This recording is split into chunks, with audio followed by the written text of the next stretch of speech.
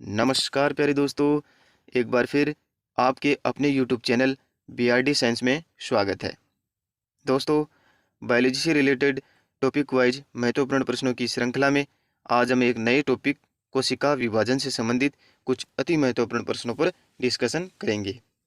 दोस्तों, बायोलॉजी के topic wise इतने सारे क्वेश्चन केवल बीआरडी साइंस पर मिलेंगे और दोस्तों और भी अन्य महत्वपूर्ण टॉपिक्स पर आपको क्वेश्चन देखने हैं तो मेरे चैनल पर विजिट करना और वहां से सारे टॉपिक वाइज क्वेश्चनों को देखना। सारे अति महत्वपूर्ण प्रश्न करा रखे हैं। तो आप पहली बार विजिट कर रहे हैं तो चैनल को सब्सक्राइब कर लें और बेल आइकन को जरूर प्रेस कर लें ताकि बायोलॉजी से रिलेटेड टॉपिक वाइज महत्वपूर्ण प्रश्नों की श्रृंखला की नोटिफिकेशन आप तक सबसे पहले पहुँच जाए। तो दोस्तों, क्लास अच्छी लगी तो लाइक शेयर एंड सब्सक्राइब जरूर करें। चलिए करते हैं स्टार्ट। पहला क्वेश्चन है दोस्तों, सारे प्रश्न अति महत्वपूर्ण होने वाले हैं क्योंकि ये सारे प्रश्न पिछली भर्ती परीक्षाओं में कहीं ना कहीं किसी न किसी रूप में पूछे गए हैं जो कि आपके लिए एग्जाम में रामबाण साबित होंगे। दोस्तों, इन प्रश्नों से बाहर 100% एक भी प्रश्न देखने को नहीं मिलेगा। आप इन्हीं प्रश्नों को केवल ध्यान से समझना, ध्यान से देखना और वीडियो के अंत तक बने रहना। वीडियो कैसा लगे, क्लास कैसी लगे, प्रश्नों का स्तर कैसा लगे, ये कमेंट सेक्शन में ज़रूर बताना दोस्तों। ओके, करते हैं स्टार्ट प्रश्न की श्रृंखला। देखते हैं, पहला प्रश्न है कोशिका चक्र में सही क्रम होता है S G1 G2 M, S M G1 या G2 G1 S G2 M। Fourth option है M G1 G2 S। तो दोस्तों, कोशिका चक्र का सही क्रम हो जाएगा G1 S G2 M। इसका राइट आंसर होगा C।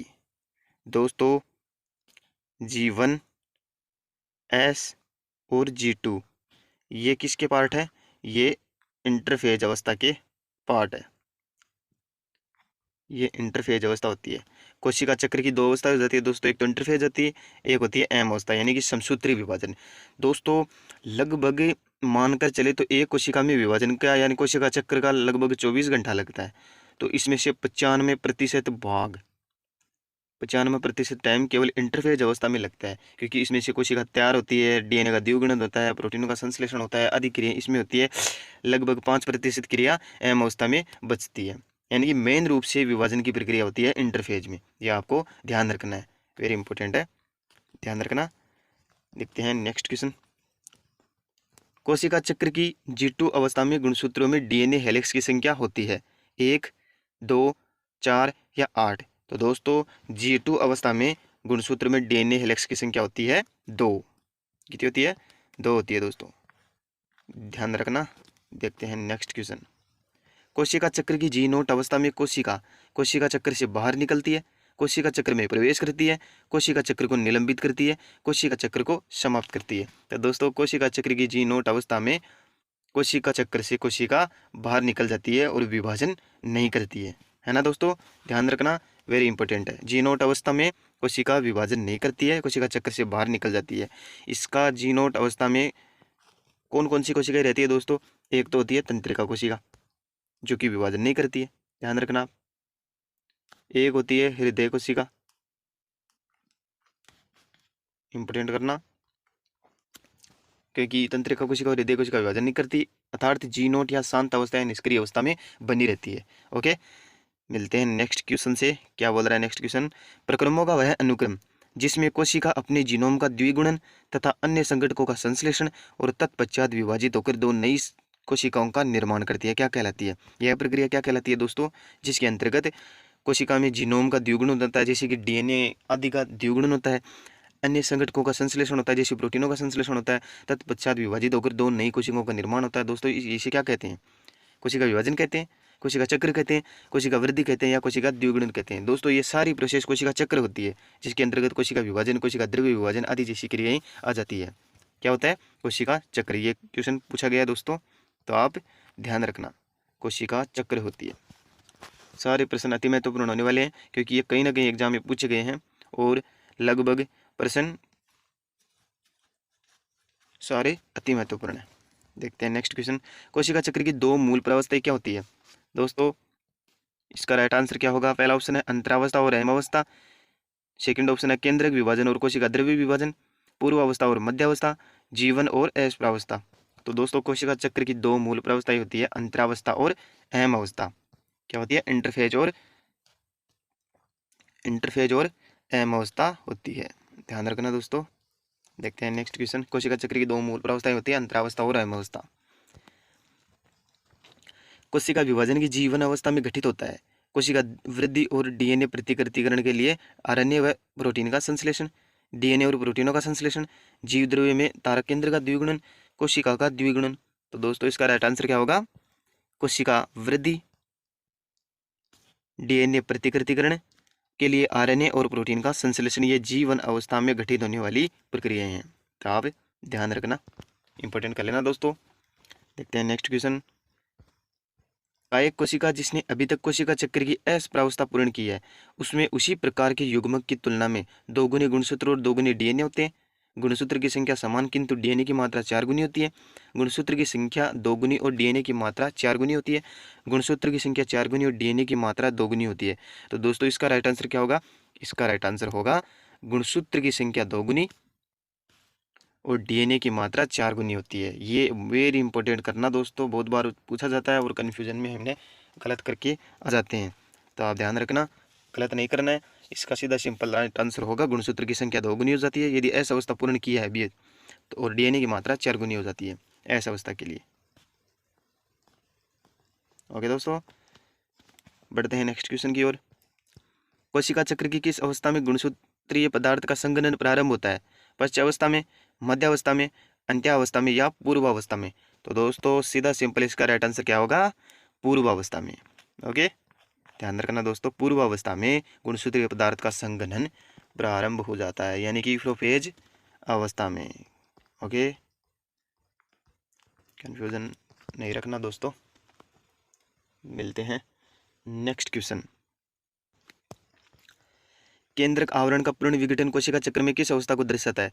समसूत्री विभाजन की पूर्वावस्था के प्रारंभ को, समसूत्री विभाजन की मध्यावस्था के प्रारंभ को, समसूत्री विभाजन की पश्चावस्था के अंत को और समसूत्री विभाजन की अंत्यावस्था के प्रारंभ को। तो दोस्तों केंद्रक आवरण का पूर्ण विघटन कोशिका चक्र में समसूत्री विभाजन की मध्यावस्था के प्रारंभ को दर्शाता है ना दोस्तों। यानी कि समसूत्री विभाजन की मध्यावस्था प्रारंभ होने लग जाती है तब केंद्रक आवरण का पूर्ण विघटन हो जाता है। ये आप ध्यान रखना दोस्तों। देखते हैं नेक्स्ट क्वेश्चन। तर्कतंतु जुड़े होते हैं, ये भी बहुत महत्वपूर्ण प्रश्न है दोस्तों, कई बार एग्जाम में पूछा गया है। गुणसूत्र के काइनेटोकोर से, गुणसूत्र के गुणसूत्र बिंदु से, गुणसूत्र के काइनेटोसोम से या गुणसूत्र के अंतस्थ सिरे से? तो दोस्तों तर्कतंतु जुड़े रहते हैं गुणसूत्र के काइनेटोकोर से।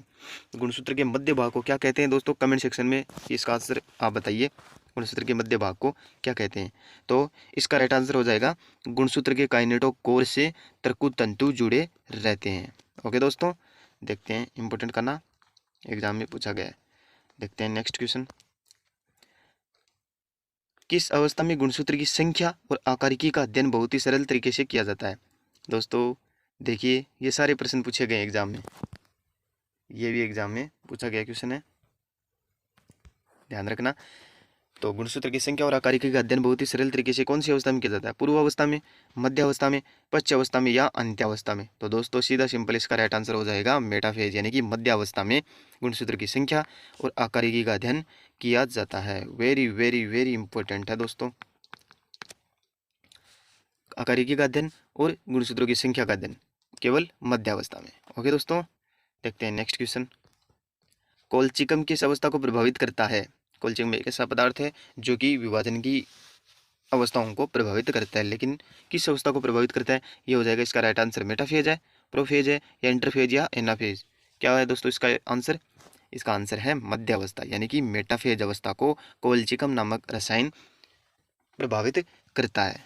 तो मेटाफेज यानी मध्य अवस्था में होने वाली प्रक्रियाएं अवरुद्ध हो जाती हैं। ओके, कोलचिकम, ध्यान रखना दोस्तों। देखते हैं नेक्स्ट क्वेश्चन।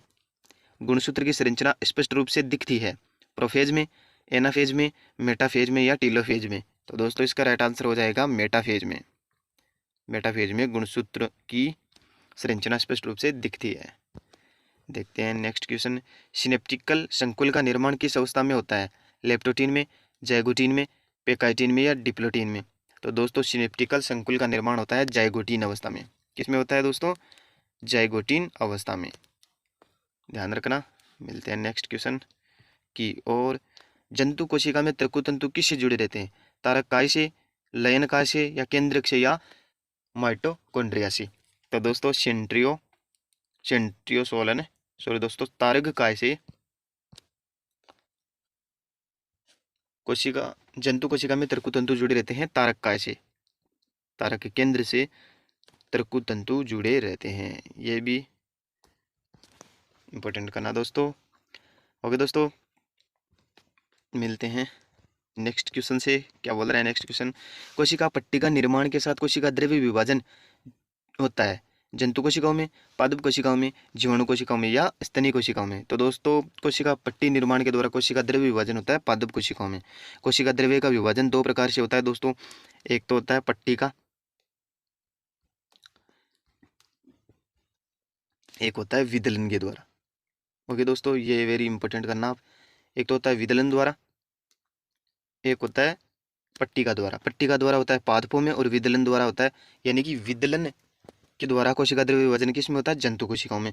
और पट्टी का निर्माण के साथ कोशिका द्रव्य विभाजन होता है पादप कोशिकाओं में। वेरी वेरी इंपॉर्टेंट करना दोस्तों, दो क्वेश्चन आपको बता रहा हूँ, है ना। देखते हैं नेक्स्ट क्वेश्चन। समसूत्री विभाजन के दौरान कोशिका का कौन सा भाग गायब हो जाता है?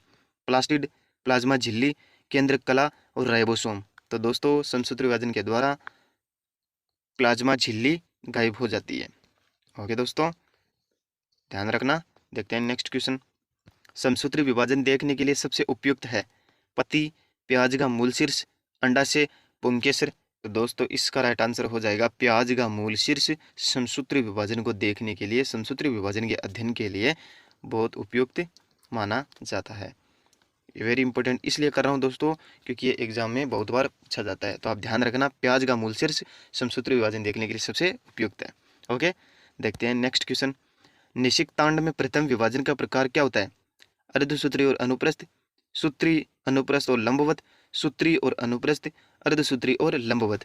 तो दोस्तों निषिक्तांड में प्रथम विभाजन होता है सूत्री और अनुप्रस्थ। क्या दोस्तों? सूत्री और अनुप्रस्थ प्रथम विभाजन का प्रकार होता है निषिक्तांड में। देखते हैं नेक्स्ट क्वेश्चन। समसूत्री विभाजन का मुख्य योगदान होता है भार को बढ़ाना, बहुत तेजी से प्रक्रिया को पूरा करना, मात्र कोशिका के आनुवंशिक रूप से समान कोशिकाएं बनाना, या उपरोक्त सभी? तो दोस्तों समसूत्री विभाजन का मुख्य योगदान होता है मात्र कोशिका के आनुवंशिक रूप से समान कोशिकाएं बनाना। इसका राइट आंसर होगा सी, मात्र कोशिका के समान आनुवंशिक रूप से समान कोशिकाएं बनाना। देखते हैं नेक्स्ट क्वेश्चन। शरीर की किन कोशिकाओं में विभाजन नहीं होता है? जनन कोशिकाओं में, यकृत कोशिकाओं में, तंत्रिका कोशिकाओं में, या मुख कोशिकाओं में? तो दोस्तों जी नोट अवस्था में बनी रहती है ऐसी कौन सी कोशिकाएं होती है? तंत्रिका कोशिकाएं। तंत्रिका कोशिकाएं जी नोट अवस्था में बनी रहती है। इसके अलावा कौन सी होती है? इसके अलावा होती है हृदय कोशिका, हृदय सेल्स, है ना दोस्तों, ध्यान रखना। देखते हैं नेक्स्ट क्वेश्चन। कोशिका चक्र में अहम अवस्था की सबसे लंबी अवस्था की अवस्थाएं कौन सी है? पूर्वावस्था और मध्यावस्था, मध्यावस्था और पश्चावस्था, अंतरावस्था और अंत्यावस्था, अंत्यावस्था और पूर्वावस्था? तो दोस्तों कोशिका चक्र में अहम प्रावस्था यानी कि समसूत्री विभाजन की सबसे लंबी अवधि की प्रावस्थाएं होती हैं अंत्यावस्था और पूर्वावस्था। ओके दोस्तों, वेरी इंपॉर्टेंट करना और ध्यान रखना, अंत्यावस्था और पूर्वावस्था समसूत्री विभाजन की सबसे लंबी अवधि की प्रावस्थाएं मानी जाती है। देखते हैं नेक्स्ट क्वेश्चन। निम्नलिखित में से कौन सा समसूत्री विभाजन का महत्व नहीं है? समसूत्री विभाजन का महत्व नहीं है दोस्तों। समान आनुवंशिक संगठन वाली संतति कोशिकाओं का निर्माण, ये तो बिल्कुल सही है दोस्तों। हमें केवल नहीं है का चुनाव करना है, जो कि समसूत्री विभाजन का महत्व नहीं है। केंद्रक कोशिका द्रव्य अनुपात का पुनः संचयन, ये भी कथन सही है दोस्तों। मृतक कोशिकाओं का प्रतिस्थापन भी होता है, और जैव विकास जैसी कोई प्रक्रिया समसूत्री विभाजन का महत्व नहीं मानी, जैव विकास जैसी कोई प्रक्रिया समसूत्री विभाजन का महत्व नहीं मानी जाती है दोस्तों। तो इसके उपरोक्त तीनों कथन सत्य हैं, बाकी डी ऑप्शन गलत है। ओके दोस्तों, ध्यान रखना, तीन चीज़ें समसूत्री विभाजन से संबंधित आपको करवा दी है, यानी कि तीन चीज़ें ध्यान रखनी है समसूत्री विभाजन से संबंधित। देखते हैं नेक्स्ट क्वेश्चन। शब्द मियोसिस किसके द्वारा प्रस्तावित किया गया था? अर्धसूत्री विभाजन शब्द किसके द्वारा दिया गया था? हार्टविग और बेवेडिन, सट्टन तथा बोवेरी, होपमेस्टर तथा वाल्डेयर, या फॉर्मर तथा मुर्रे? तो दोस्तों इसका सीधा सिंपल राइट आंसर क्या होगा, फॉर्मर और मुर्रे ने मियोसिस शब्द प्रस्तुत किया था, मियोसिस शब्द प्रस्तावित किया था। ओके दोस्तों, देखते हैं नेक्स्ट क्वेश्चन। अर्धसूत्री विभाजन द्वारा उत्पन्न संतति कोशिकाएं जनक कोशिकाओं के समान नहीं होती है, क्योंकि अर्धसूत्री विभाजन दो पदों में होती है, इसकी प्रोफेज अवस्था अत्यधिक लंबी होती है, केंद्र का आकार संतति कोशिका में बढ़ जाता है, जीन विनिमय होता है और गुणसूत्रों की संख्या आधी रह जाती है। तो दोस्तों इसका राइट आंसर होगा ऑप्शन डी। ऑप्शन डी इसका राइट आंसर होगा। जीन विनिमय होता है और गुणसूत्रों की संख्या आधी रह जाती है, यानी कि अर्धसूत्री विभाजन द्वारा उत्पन्न संतति कोशिका जनक कोशिकाओं के समान नहीं होती है, क्योंकि अर्धसूत्री विभाजन में जीन विनिमय होता है और गुणसूत्रों की संख्या आधी रह जाती है। ओके दोस्तों, ध्यान रखना। बढ़ते हैं नेक्स्ट क्वेश्चन की ओर। अर्धसूत्री विभाजन में कियाज मेटा प्रकट होता है, कौन सी अवस्था में प्रकट होता है दोस्तों? एकाइटिन में, डिप्लोटिन में, लेप्टोटिन में या जाइगोटिन में? तो सीधा सिंपल इसका राइट आंसर हो जाएगा दोस्तों, डिप्लोटिन अवस्था में कियाज मेटा प्रकट होता है। ओके, कियाज मेटा किसकी विशेषता है? तो डिप्लोटिन की विशेषता है। देखते हैं नेक्स्ट क्वेश्चन। सूत्र युग्मन किसकी विशेषता है? सूत्र युग्मन यानी सिनेप्सिस प्रक्रिया किसकी विशेषता है दोस्तों? लेप्टोटिन की, जाइगोटिन की, डाइकाइनेसिस की या डिप्लोटिन की? तो दोस्तों सूत्र युग्मन यानी सिनेप्सिस की प्रक्रिया जाइगोटिन की है। ओके दोस्तों, जाइगोटिन अवस्था की सूत्र युग्मन यानी सिनेप्सिस जैसी प्रक्रिया किसकी है? जाइगोटिन अवस्था की। देखते हैं नेक्स्ट क्वेश्चन। गुणसूत्र अर्धसूत्र विभाजन की किस अवस्था में द्विगुणन करते हैं? प्रोफेज फर्स्ट में, प्रोफेज सेकंड में, टेलोफेज सेकंड में या इंटरफेज में? तो दोस्तों गुणसूत्र द्विगुणन करते हैं अर्धसूत्री विभाजन की इंटरफेज अवस्था में, यानी कि तैयारी की अवस्था किसे कहते हैं? इंटरफेज अवस्था को तैयारी की अवस्था कहते हैं, जिसमें गुणसूत्र द्विगुणन करते हैं। ओके, देखते हैं नेक्स्ट क्वेश्चन दोस्तों। समसूत्री विभाजन में एक कोशिका से 128 कोशिकाओं के बनने में कुल कितने विभाजन होंगे यदि सभी संतति कोशिकाएं भी विभाजनशील हों? तो दोस्तों इसका राइट आंसर होगा 7। 7 विभाजन होंगे, जैसे कि एक कोशिका से 4 कोशिकाएं बनेंगी और 4 से 8 बनेंगी। समसूत्री विभाजन में ऐसा ही क्रम होगा दोस्तों। तो इससे बनते बनते 128 कोशिकाएं होंगी, तो 7 विभाजन के अंतर्गत 128 कोशिकाएं होगी। 7 विभाजन होगा तो 128, आप काउंट करके देख लेना 7 विभाजन से कितनी कोशिकाएं बनती हैं। इसका राइट आंसर है 7, यानी कि 1 से 4, 4 से 8, 8 से 16, 16 से 32 और 32 से 64, 64 से 128। तो इस प्रकार 7 विभाजन से 108 कोशिकाएं बनेंगी। देखते हैं नेक्स्ट क्वेश्चन। अर्धसूत्री विभाजन के प्रोफेज फर्स्ट की अवस्थाओं का सही क्रम है लेप्टोटिन, पेकाइटिन, जाइगोटिन? तो इसका राइट आंसर होगा दोस्तों, अर्धसूत्री विभाजन की प्रोफेज फर्स्ट की अवस्थाओं का सही क्रम होगा leptotene, zygotene, pachytene, diakinesis. Pachytene, diplotene, diakinesis. इसका राइट आंसर होगा B, leptotene, zygotene, pachytene, diplotene, diakinesis. Okay दोस्तों, वेरी इंपॉर्टेंट कर लेना, ये क्रम भी वाले प्रश्न भी ये नीट में पूछा गया क्वेश्चन है, तो आप ध्यान रखना, क्रम पर आधारित भी पूछा जा सकता है। देखते हैं, ऐसा भी पूछा जा सकता है कि अर्धसूत्री विभाजन की प्रोफेज फर्स्ट की निम्नलिखित में से कौन सी अवस्था नहीं है? इस प्रकार से भी बन सकता है, और ये क्वेश्चन भी वेरी इंपॉर्टेंट है। अर्धसूत्री विभाजन के समय रिक्त स्थान ए के दौरान अनुक्रमिक चक्र संपन्न होते हैं, जिसे अर्धसूत्री फर्स्ट और अर्धसूत्री सेकंड विभाजन कहते हैं। ए के लिए सही विकल्प है कोशिका विभाजन, केंद्रक विभाजन, डीएनए प्रतिकृतिकरण या ए और बी दोनों? तो दोस्तों ए के लिए खत्म हो जाएगा कोशिका विभाजन और केंद्रक विभाजन दोनों, ए और बी दोनों हो जाएगा। ओके दोस्तों, देखते हैं नेक्स्ट क्वेश्चन। अर्धसूत्री सेकंड विभाजन के अंत में अगुणित कोशिकाएं बनती है, 2, 4, 8 या इनमें से कोई नहीं? तो इसका राइट आंसर होगा 4। देखते हैं नेक्स्ट क्वेश्चन। प्रोफेज फर्स्ट की जाइगोटिन अवस्था की विशेषताएं हैं गुणसूत्र, सिनेप्टोनिमल संकुल, जीन विनिमय या कियाज मेटा का उपांत्य बहुन? तो दोस्तों प्रोफेज फर्स्ट की जाइगोटिन अवस्था की विशेषता कौन सी है? जाइगोटिन अवस्था की विशेषता है सिनेप्टोनिमल संकुल, और जीन विनिमय किसकी है? लेप्टोटिन की, सॉरी दोस्तों पेकाइटिन की, पेकाइटिन अवस्था। और कियाज मेटा का उपांत्य बहुन है डाइकाइनेसिस।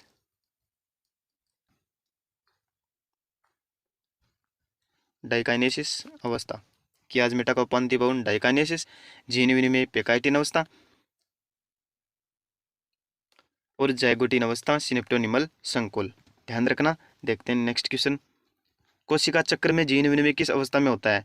एकल रज्जु की अवस्था में, द्विरज्जु की अवस्था में, चतुस्रज्जु की अवस्था में या अष्टरज्जु की अवस्था में? तो दोस्तों जीन विनिमय होता है चतुस्रज्जु की अवस्था में। ओके दोस्तों, ध्यान रखना। देखते हैं नेक्स्ट क्वेश्चन। पारगति क्रम को पहचाना जाता है कि आज मेटा के उपांति बहुम द्वारा, केंद्रिका के विघटन द्वारा, पूर्ण संगणित गुणसूत्र के द्वारा। तो दोस्तों इन तीनों के द्वारा ही पारगति क्रम को पहचाना जाता है। डाइकाइनेसिस अवस्था को किस रूप में पहचाना जाता है दोस्तों?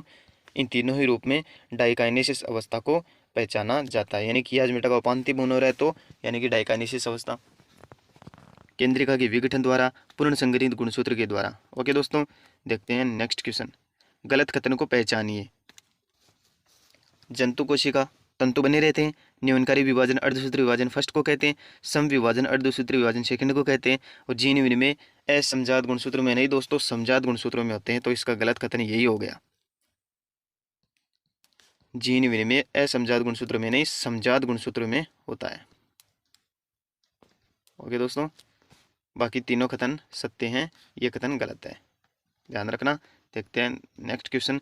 फ्रेगमोप्लास्ट का संबंध है कोशिका विस्तारण से, कोशिका द्रव्य विभाजन से, केंद्रिका विभाजन से, मध्य अवस्था प्लेट पर गुणसूत्र के एकत्र होने से। तो दोस्तों फ्रेगमोप्लास्ट का संबंध होता है कोशिका द्रव्य विभाजन से। किसे होता है दोस्तों? फ्रेगमोप्लास्ट का संबंध होता है कोशिका द्रव्य विभाजन से। देखते हैं नेक्स्ट क्वेश्चन। अर्धसूत्री विभाजन समसूत्री विभाजन कोशिका से अधिक महत्वपूर्ण है क्योंकि यह अगुणित कोशिकाओं का निर्माण करता है, यह गुणसूत्रों की संख्या को आधा करता है। ए और बी, यह केवल द्विगुणित कोशिकाओं में होता है। तो दोस्तों इसका राइट आंसर हो जाएगा सी। इसका राइट आंसर हो जाएगा सी, यानी कि यह अगुणित कोशिकाओं का निर्माण करता है, यह गुणसूत्रों की संख्या को आधा करता है। ओके दोस्तों, ध्यान रखना। देखते हैं नेक्स्ट क्वेश्चन। निम्नलिखित में से क्या आंसर होता है? कोशिका में सूत्री विभाजन के समय डीएनए की कमी के कारण सूत्री विभाजन को नियंत्रित करने वाली प्रक्रिया के बंद होने पर ए और बी या उपरोक्त में से कोई नहीं। तो दोस्तों सूत्री विभाजन यानी समसूत्री विभाजन को नियंत्रित करने वाली प्रक्रिया के बंद होने से कैंसर होता है। ये महत्वपूर्ण कारण है दोस्तों कैंसर के लिए, तो आप इम्पोर्टेंट करना, ध्यान रखना। देखते हैं नेक्स्ट क्वेश्चन। अर्धसूत्री विभाजन का महत्व निहित है गुणसूत्रों की संख्या के घटकर आधी रह जाने में, लैंगिक जनन में गुणसूत्र की संख्या संरक्षित रखने में, आनुवंशिक विविधता निर्माण में। तो दोस्तों ये तीनों कथन ही अर्धसूत्री विभाजन का महत्व निहित है। गुणसूत्र की संख्या के घटकर आधी रह जाने में, यह कथन सही है दोस्तों अर्धसूत्री विभाजन के लिए। लैंगिक जनन में गुणसूत्र की संख्या सुरक्षित रखने में, ये भी सही है। आनुवंशिक विविधता निर्माण में, ये भी सही है। इसका राइट आंसर हो जाएगा उपरोक्त सभी। इंपॉर्टेंट करना दोस्तों, अर्धसूत्री विभाजन के संबंध में तीनों सत्य हैं। देखते हैं नेक्स्ट क्वेश्चन। युग्मित समजात गुणसूत्र का पृथक्करण किस अवस्था में होता है? पारगति क्रम में, द्विपट में, स्थूल पट या युग्म पट में? तो दोस्तों इसका राइट आंसर हो जाएगा द्विपट में समजात गुणसूत्रों का पृथक्करण होता है। ओके दोस्तों, देखते हैं नेक्स्ट क्वेश्चन। कोशिका वृद्धि के दौरान डीएनए संश्लेषण किस प्रावस्था में होता है? G2 प्रावस्था में, M प्रावस्था में, S प्रावस्था या G2 प्रावस्था? तो दोस्तों संश्लेषण अवस्था में होता है, यानी कि संश्लेषण अवस्था बोलते हैं S अवस्था को, जिसमें डीएनए संश्लेषण होता है। ओके, देखते हैं नेक्स्ट क्वेश्चन। कायिक कोशिकाओं में समसूत्रण के दौरान निम्नलिखित में से कौन सा लक्षण नहीं पाया जाता है? गुणसूत्र गति, सूत्र युग्मन, तर्करूपी तंतु या केंद्रिका का विलोपन? तो दोस्तों सूत्र युग्मन यानी कि सिनेप्सिस प्रक्रिया समसूत्री विभाजन में कहाँ देखने को मिलती है? नहीं मिलती है ना दोस्तों, तो इसका राइट आंसर होगा बी। जबकि समसूत्र विभाजन में गुणसूत्र की गति भी मिलती है, तर्करूपी तंतु देखने को मिलते हैं, केंद्रिका का विलोपन भी होता है, लेकिन सूत्र युग्मन यानी सिनेप्स जैसी प्रक्रिया अर्धसूत्री विभाजन के प्रोफेज फर्स्ट की होती है। किसकी होती है दोस्तों? प्रोफेज फर्स्ट की होती है अर्धसूत्री विभाजन में। तो एक समसूत्री में कैसे हो गया? तो इसका राइट आंसर हो जाएगा बी, सूत्र युग्मन। देखते हैं नेक्स्ट क्वेश्चन। अर्धसूत्री विभाजन में जीन विनिमय किस अवस्था में होता है? द्विपट में, स्थूल पट में, युग्म पट में या तनुपट में? तो दोस्तों इसका राइट आंसर हो जाएगा स्थूल पट में। स्थूल पट में अर्धसूत्री विभाजन में जीन विनिमय की प्रक्रिया होती है। ओके, देखते हैं नेक्स्ट क्वेश्चन। कोशिका चक्र की एस अवस्था में क्या होता है? प्रत्येक कोशिका में डीएनए की मात्रा दुगुनी, प्रत्येक कोशिका में डीएनए की मात्रा वही यानी कि समान, और गुणसूत्र की संख्या आधी, सूर्य गुणसूत्र की संख्या अधिक या प्रत्येक कोशिका में डीएनए की मात्रा आधी रह जाती है। तो दोस्तों इसका राइट आंसर हो जाएगा प्रत्येक कोशिका में डीएनए की मात्रा दोगुनी हो जाती है। ऐसा अवस्था में प्रत्येक कोशिका में डीएनए की मात्रा दोगुनी क्या होता है दोस्तों ऐसा अवस्था में, इंपॉर्टेंट रखना। देखते हैं नेक्स्ट क्वेश्चन। रिकॉम्बिनेज एंजाइम अर्धसूत्री विभाजन की किस अवस्था में आवश्यक है? पेकाइटिन में, जाइगोटिन में, डिप्लोटिन में या डाइकाइनेसिस में? तो दोस्तों इसका राइट आंसर हो जाएगा पेकाइटिन में, यानी आप ऐसा ध्यान रखना रिकॉम्बिनेज एंजाइम केवल पेकाइटिन में। सारे प्रश्न अति महत्वपूर्ण होने वाले हैं दोस्तों, तो आप ध्यान रखना पेकाइटिन अवस्था में रिकॉम्बिनेज एंजाइम अर्धसूत्री विभाजन में काम आता है। किसमें? पेकाइटिन। ओके दोस्तों, देखते हैं नेक्स्ट क्वेश्चन। सूत्र युग्मित समजात गुणसूत्रों के युग्म द्वारा बनाए गए संकुल को क्या कहते हैं? मध्यवर्ती पट्टी, काइनेटोकोर, युगली या चतुष्क या अक्षसूत्र? तो दोस्तों सूत्र युग्मित समजात गुणसूत्रों द्वारा बनाए गए संकुल को बोला जाता है युगली, यानी कि टेट्राड या चतुष्क बोला जाता है। ओके दोस्तों, ध्यान रखना। देखते हैं नेक्स्ट क्वेश्चन। मध्य अवस्था में गुणसूत्र किसके द्वारा तर्कुतंतु से जुड़े रहते हैं? गुणसूत्र बिंदु द्वारा, अनुषंगी द्वारा, द्वितीयक संकीर्णन द्वारा या काइनेटोकोर के द्वारा? मध्य अवस्था यानी मेटाफेज अवस्था में गुणसूत्र काइनेटोकोर के द्वारा तर्कुतंतुओं से जुड़े रहते हैं। तर्कुतंतु किस प्रोटीन के बने होते हैं दोस्तों? ये कमेंट में जरूर बताएं आप, इसका राइट आंसर है। देखते हैं नेक्स्ट क्वेश्चन। समसूत्री विभाजन के दौरान ईआर तथा केंद्रक किस अवस्था में विलीन होना आरंभ हो जाते हैं? आरंभिक मेटाफेज, बाद का मेटाफेज, आरंभिक प्रोफेज या बाद का प्रोफेज? ये भी नीट में पूछा गया क्वेश्चन है दोस्तों, और कंफ्यूज करने वाला क्वेश्चन है। तो इसका राइट आंसर क्या होगा? आरंभिक प्रोफेज में। आरंभिक प्रोफेज में ईआर यानी एंडोप्लाज्मिक रेटिकुलम और केंद्रक विलीन होना प्रारंभ हो जाते हैं। देखते हैं नेक्स्ट क्वेश्चन। सिनेप्सिस यानी सूत्र युग्मन किन के बीच में होता है? एक नर और एक मादा युग्मक, दो समजात गुणसूत्र, एमआरएनए और राइबोसोम या स्पिंडल तंतु और सेंट्रोमियर? तो दोस्तों सिनेप्सिस जैसी प्रक्रिया होती है दो समजात गुणसूत्रों के मध्य, दो समजात गुणसूत्रों के नॉन सिस्टर क्रोमेटिड के मध्य सिनेप्सिस प्रक्रिया पूर्ण होती है। ओके दोस्तों, ध्यान रखना। देखते हैं नेक्स्ट क्वेश्चन। सुकेंद्र की कोशिका के भीतर हिस्टोन प्रोटीनों का संश्लेषण कोशिका चक्र की किस अवस्था में होता है? अंत्यावस्था के दौरान, एस्परावस्था के दौरान, पूर्वावस्था की जीटो अवस्था के दौरान या संपूर्ण पूर्वावस्था के दौरान? तो दोस्तों हिस्टोन प्रोटीनों का संश्लेषण कहाँ होता है? हिस्टोन प्रोटीनों का एस्परावस्था के अंतर्गत। आप इसको वेरी इंपॉर्टेंट इसलिए करना है क्योंकि ये एग्जाम में पूछा गया है। हिस्टोन प्रोटीनों का संश्लेषण की बात आती है तो कन्फ्यूजन हो जाता है कि कौन सी अवस्था होगी, तो एस्परावस्था होगी दोस्तों, हिस्टोन प्रोटीन एस्परावस्था। देखते हैं नेक्स्ट क्वेश्चन। यदि आपको अपनी कक्षा में प्याज के मूलाग्र यानी प्याज के मूल शीर्ष प्रदान किए गए और आपसे गुणसूत्रों को गिनने के लिए कहा जाता है, तो बताइए आप निम्नलिखित में से किस अवस्था में सबसे आसानी से कर सकेंगे? अंत्यावस्था में, पश्च अवस्था में, मध्य अवस्था में या पूर्व अवस्था में? तो दोस्तों मध्य अवस्था में ऐसी प्रक्रिया सबसे सरल, सबसे आसान तरीके से की जा सकती है। ओके, ये किस प्रकार से एग्जाम्पल देके आपसे पूछ लिया, कैसे भी पूछे, लेकिन आपको ध्यान रखना मध्य अवस्था होगा। देखते हैं नेक्स्ट क्वेश्चन। उच्चतर जीवों में आनुवांशिक पुनर्योजन को परिणाम देने वाला क्रॉसिंग ओवर किन के बीच में होता है? युगली के गैर सह क्रोमेटिडों के मध्य, दो संतति केंद्रकों के मध्य, दो भिन्न युगलियों के मध्य, युगली के सह क्रोमेटिडों के मध्य? तो दोस्तों इसका राइट आंसर होगा युगली के, टेट्राड के, चतुष्क के गैर सह क्रोमेटिडों के मध्य क्रॉसिंग ओवर होता है। ओके दोस्तों,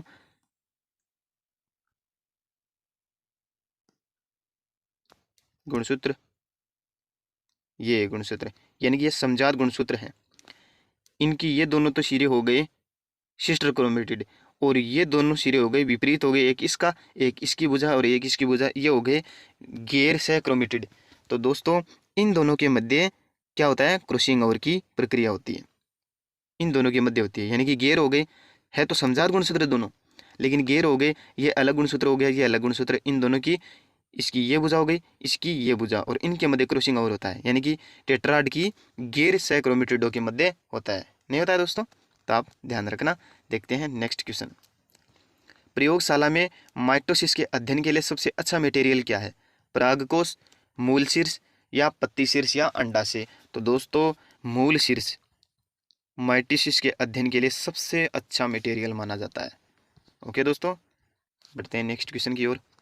समसूत्री तरकूब मुख्यतः किस प्रोटीन का बना होता है? एक्टिन, ट्यूबुलिन, एक्टोमायोसिन या मायोग्लोबिन? ये भी एग्जाम में पूछा गया है दोस्तों, तो इसका राइट आंसर होगा ट्यूबुलिन। ट्यूबुलिन प्रोटीन से समसूत्री तरकूब बने रहते हैं। देखते हैं नेक्स्ट क्वेश्चन। तारक केंद्र कब द्विगुणित होता है? G2 प्रावस्था में, S प्रावस्था में, पूर्वावस्था या मध्यावस्था में? तो दोस्तों इसका राइट आंसर होगा S प्रावस्था में। क्या होगा इसका राइट आंसर? S प्रावस्था में तारक केंद्र द्विगुणित होता है। देखते हैं नेक्स्ट क्वेश्चन। निम्नलिखित में से अर्धसूत्री विभाजन की किस अवस्था में गुणसूत्र बिंदु का विभाजन होता है? अंत्यावस्था सेकंड, मध्य अवस्था फर्स्ट, मध्य अवस्था सेकंड या पश्च अवस्था सेकंड? तो दोस्तों पश्च अवस्था सेकंड में गुणसूत्र बिंदु विभाजन करते हैं। गुणसूत्र बिंदु विभाजन की बात करें दोस्तों पश्च अवस्था सेकंड, आप ध्यान रखना, पूछा गया एग्जाम में, वेरी इंपॉर्टेंट कर लेना। देखते हैं नेक्स्ट क्वेश्चन। अर्धसूत्री विभाजन के दौरान समजात गुणसूत्रों पर पुनर्योगजन ग्रंथिकाओं का बनना किसे अभिलक्षित करता है? युगली को, वह स्थल जहाँ जीन विनिमय होता है, उपांति भ्रूण को या सिनेप्टोनिमल संकुल को? तो दोस्तों पुनर्योगजन ग्रंथिकाओं का बनना अभिलक्षित करता है कि वह स्थान है जहाँ जीन विनिमय होता है। ओके दोस्तों, ध्यान रखना। देखते हैं नेक्स्ट क्वेश्चन। उपापचय की दृष्टि से निम्नलिखित में से किस अवस्था की कोशिका ज़्यादा सक्रिय होती है? इंटरफेज, टीलोफेज, प्रोफेज या मेटाफेज? तो दोस्तों प्रोफेज अवस्था उपापचय की दृष्टि से सबसे ज़्यादा सक्रिय,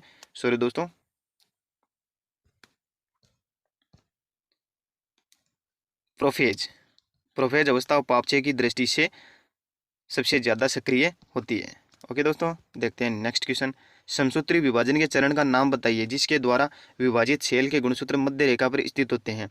एनाफेज, टीलोफेज, मेटाफेज या प्रोफेज? मेटाफेज या मध्य अवस्था में गुणसूत्र मध्य रेखा में, मध्य अवस्था में मध्य रेखा में गुणसूत्र मध्य रेखा में कहाँ पर होते हैं? मेटाफेज में। तो आप ध्यान रखना, मेटाफेज में गुणसूत्र मध्य रेखा पर स्थित हो जाते हैं। देखते हैं नेक्स्ट क्वेश्चन। निम्नलिखित में से कौन सा कोशिका विभाजन से संबंधित है? जिब्रेलिन, साइटोकाइनिन, ऑक्जीन या एथिलीन? तो दोस्तों साइटोकाइनिन कोशिका विभाजन से संबंधित है। कौन सा है दोस्तों? कोशिका विभाजन से संबंधित है साइटोकाइनिन, आप ध्यान रखना। देखते हैं नेक्स्ट क्वेश्चन। निम्नलिखित में से कौन सी समसूत्री विभाजन की सबसे लंबी अवस्था है? प्रोफेज, मेटाफेज, टीलोफेज या एनाफेज? समसूत्री विभाजन की सबसे लंबी अवस्था कौन सी होती है दोस्तों? तो इसका राइट आंसर होगा प्रोफेज, यानी कि पूर्वावस्था समसूत्री विभाजन की सबसे लंबी अवस्था मानी जाती है। ओके दोस्तों, देखते हैं नेक्स्ट क्वेश्चन। शरीर में लगी चोट की मरम्मत के लिए कौन सा विभाजन जिम्मेदार है? अर्धसूत्री विभाजन, समसूत्री विभाजन, ए और बी दोनों या इनमें से कोई नहीं? तो दोस्तों इसका राइट आंसर होगा समसूत्री विभाजन। समसूत्री विभाजन शरीर में लगी चोट की मरम्मत के लिए जिम्मेदार होता है। ओके, देखते हैं नेक्स्ट क्वेश्चन। सूत्री विभाजन के बीच किस अवस्था में गुणसूत्र विपरीत ध्रुवों की ओर गति करते हैं? Prophase, metaphase, telophase, anaphase? तो दोस्तों इसका राइट आंसर होगा एनाफेज। एनाफेज अवस्था में गुणसूत्र विपरीत ध्रुवों की ओर गति करने लग जाते हैं। विपरीत ध्रुवों की बात आ जाती है तो एनाफेज। ओके दोस्तों, देखते हैं नेक्स्ट क्वेश्चन। समसूत्री विभाजन में आनुवंशिक सातत्य निश्चित करने की क्रियाविधि है? 2 संतति कोशिकाओं में समान गुणसूत्रों का पाया जाना, 2 संतति कोशिकाओं में आधे गुणसूत्रों का पाया जाना, ए और बी दोनों या उपरोक्त में से कोई नहीं? तो दोस्तों इसका राइट आंसर होगा 2 संतति कोशिकाओं में आधे गुणसूत्रों का पाया जाना सातत्य निश्चित करने की एक क्रियाविधि है। देखते हैं नेक्स्ट क्वेश्चन।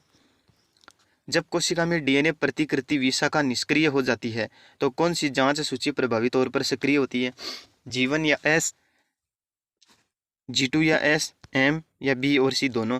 तो दोस्तों G1 या S जांच सूची प्रभावी होती है।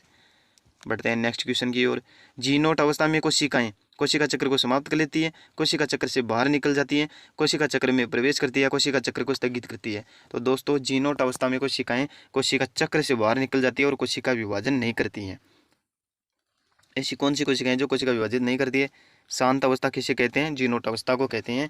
और शांत अवस्था में तंत्रिका कोशिका और हृदय कोशिकाएं बनी रहती है। तो देखते हैं नेक्स्ट क्वेश्चन। एनाफेज या एनाफेज प्रोमोटिन कॉम्प्लेक्स एपीसी तंतु कोशिका में समसूत्र विभाजन के सुचारू रूप से होने के लिए आवश्यक प्रोटीन डिग्रेशन मशीनरी है। एक प्रश्न यहाँ से बन गया दोस्तों। समसूत्र विभाजन के सुचारू रूप से होने के लिए आवश्यक प्रोटीन डिग्रेशन मशीनरी कौन सी है? एपीसी, यानी कि एनाफेज प्रोमोटिंग कॉम्प्लेक्स। यदि यह एपीसी मानव कोशिका में त्रुटिपूर्ण हो जाती है तो निम्नलिखित में से कौन सी घटना होगी दोस्तों? गुणसूत्र संग्रहित नहीं होंगे, गुणसूत्र खंडित हो जाएंगे, गुणसूत्र पृथक नहीं होंगे, या गुणसूत्र भुजाओं में पुनर्योजन होगा। तो दोस्तों गुणसूत्र पृथक नहीं होंगे। इसका राइट आंसर क्या होगा? गुणसूत्र पृथक नहीं होंगे।